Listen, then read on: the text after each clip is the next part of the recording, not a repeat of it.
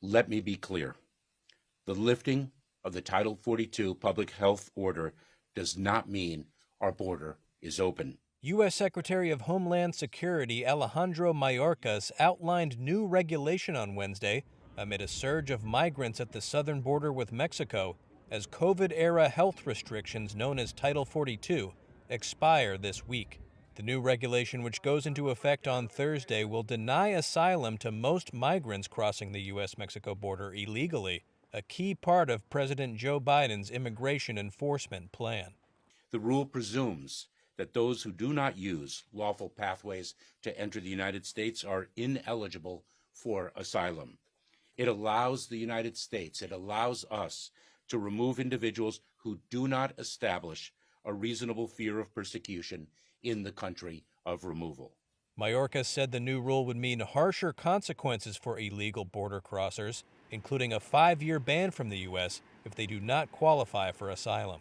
Crossing irregularly is against the law, and those who are not eligible for relief will be quickly returned. Mayorkas also called on Congress to fix what he called a broken immigration system, saying lawmakers failed to provide funds requested by the Biden administration for border agents and facilities. I cannot overemphasize that our current situation is the outcome of Congress leaving a broken, outdated immigration system in place for over 2 decades, despite unanimous agreement that we desperately need legislative reform.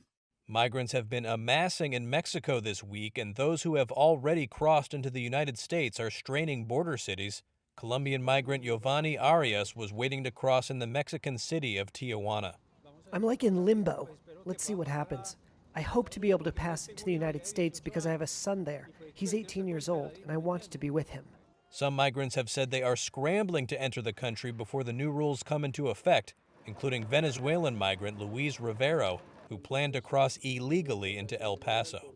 This time, we're trying to cross illegally because we previously turned ourselves into the Border Patrol and they didn't process us.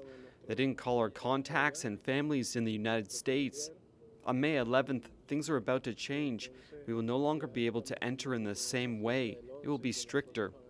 Meanwhile, migrants in transit, many of whom climb onto cargo trains, were aiming to reach the border as soon as possible, even as some, including 23-year-old Venezuelan migrant Romero Solano, say they don't necessarily expect the change to be in their favor. I understand that they will modify Title 42, which will be replaced by Title 8, but I am not clear what the new restrictions will be.